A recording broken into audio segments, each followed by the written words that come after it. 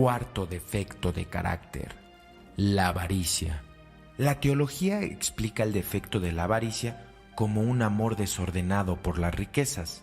Es desordenado, continúa, porque lícito es amar y desear las riquezas con fin honesto en el orden de la justicia y de la caridad, como por ejemplo, si se las desea para cooperar más eficazmente con algún tipo de socorrer al prójimo, etc. El crimen de la avaricia no lo constituyen las riquezas o su posesión, sino el apego inmoderado a ellas. Esa pasión ardiente de adquirir o conservar lo que se posee, que no se detiene ante los medios injustos, esa economía sórdida que guarda los tesoros sin hacer uso de ellos aún por las causas más legítimas, ese efecto desordenado que tienen los bienes de la tierra, de donde resulta que todo se refiere a la plata, y no parece ser que vive para otra cosa más que para adquirir estas riquezas. La avaricia, por consiguiente, es un defecto siempre que el avaro ame de tal modo las riquezas y apegue su corazón a ellas que esté dispuesto a ofender gravemente, ya sea a Dios o a su prójimo, o a violar la justicia y la caridad debida a sí mismo. En la avaricia se ven claramente los elementos comunes de todos los defectos. Por un lado, el avaro pierde el verdadero sentido de su acción poniendo el fin en lo que debería ser un medio, en este caso la obtención y la retención de las riquezas. Lo que importa es que el prójimo reciba, en justicia, la caridad que todos debemos al mantenerlo. La avaricia es directamente contraria a la caridad, en cuanto es un no dar, más aún en privar a otros de sus bienes para tener más que retener.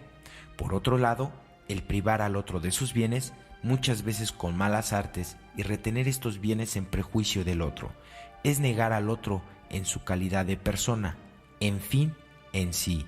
Se lo utiliza para satisfacer mediante la acumulación de riquezas al principio del amor a sí mismo. Son hijos o faltas menores de la avaricia.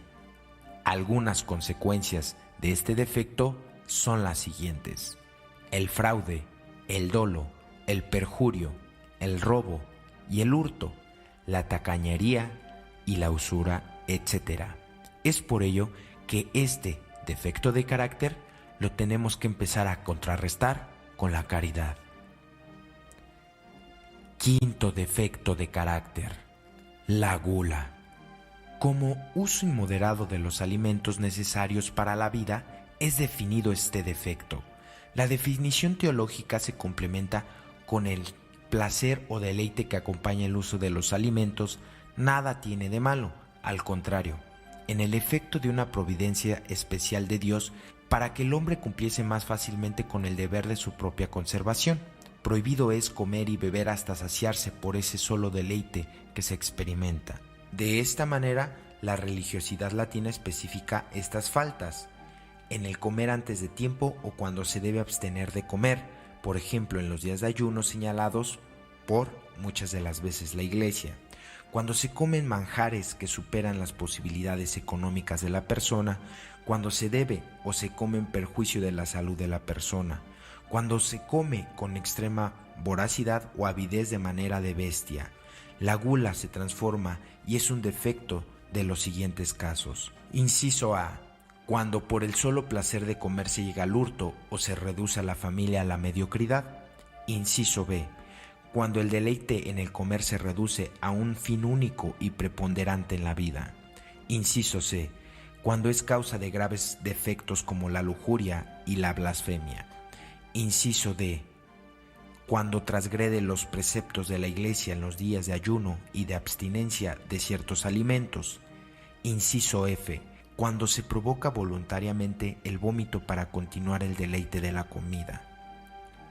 Inciso G: cuando se autoingiere grave daño a la salud o sufrimiento a sí mismo y a los que lo rodean. Además de lo dicho por la teología tradicional, la gula tiene un aspecto que no debemos dejar de considerar. La gula es la manifestación física de un apetito más profundo y significativo. El que cae en las tentaciones de la gula no solo quiere consumir comida, quiere, de alguna manera, ingerir todo el universo, asimilar, hacer suyo todo el exterior, reducir todo lo otro a sí mismo. En este sentido, la gula se mimetiza estrechamente con la lujuria, que se trata de ponerse por sobre otro, reducirlo, objetivarlo y hacerlo suyo. De esta manera el glotón se transforma en el único centro de referencia en conformidad con el principio del amor a sí mismo. El asimilar, reducir el universo en general y al prójimo en particular a sí mismo es la más radical negación del otro.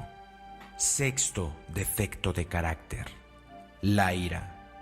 La venganza es un apetito desordenado de venganza que se excita en nosotros por alguna ofensa real o supuesta. Requiérase por consiguiente, para que la ira sea un defecto, que el apetito de venganza sea desordenado, es decir, contrario a la razón. Si no entraña este desorden, no será impugnado como un defecto. De esto último se desprende que habría una ira buena y laudable, si no excede los límites de una prudente moderación y tiene como fin suprimir el mal y restablecer el bien. El apetito de venganza es desordenado, contrario a la razón, y por consiguiente la ira es un defecto. Cuando se desea el castigo al que no lo merece, o si se le desea mayor al merecido, o que se le infrinja, sin observar el orden legítimo, o sin proponerse el fin debido, que es la conservación de la justicia y la corrección del culpable. Hay también pecado en la aplicación de la venganza, aunque ésta sea legítima. Cuando uno se deja dominar por ciertos movimientos inmoderados de la pasión, de esta manera la ira se convierte en pecado gravísimo, porque vulnera la caridad y la justicia. Son hijos de la ira, el maquiavelismo, el clamor, la indignación, la contumelia y la blasfemia y la riña. De la definición anterior se desprende que la ira es el uso de una fuerza directa o verbal que transgrede los límites de la legítima restitución de un bien ofendido. La violencia entendida como el uso de la fuerza, si es desmedida, es claramente una anulación del otro. En el asesinato, por ejemplo, que no corresponde a la legítima defensa, se pretende evidentemente la nadificación del otro. En el lenguaje, mediante la ofensa o el improperio, encontramos también el deseo del prejuicio e incluso de nulidad del otro. Es importante hacer notar que el uso de la fuerza en contra del prójimo no siempre es un mal moral. Debe ser entendida como un mal menor si el fin por el cual se realiza no es solo la anulación del otro, sino que persigue fines legítimos con la conservación de la vida propia o de terceros.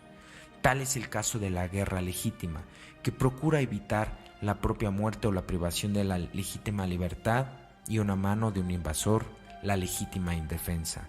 El uso de la fuerza se justifica también cuando se procura con esto el bien del otro y evitando de esta manera un daño mayor que el dolor que se infringe.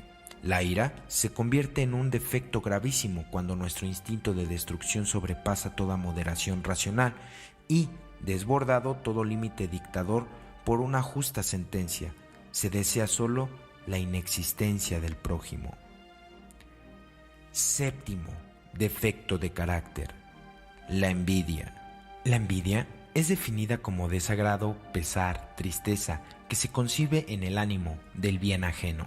En cuanto este bien se mira como perjudicial a nuestros intereses o a nuestra gloria.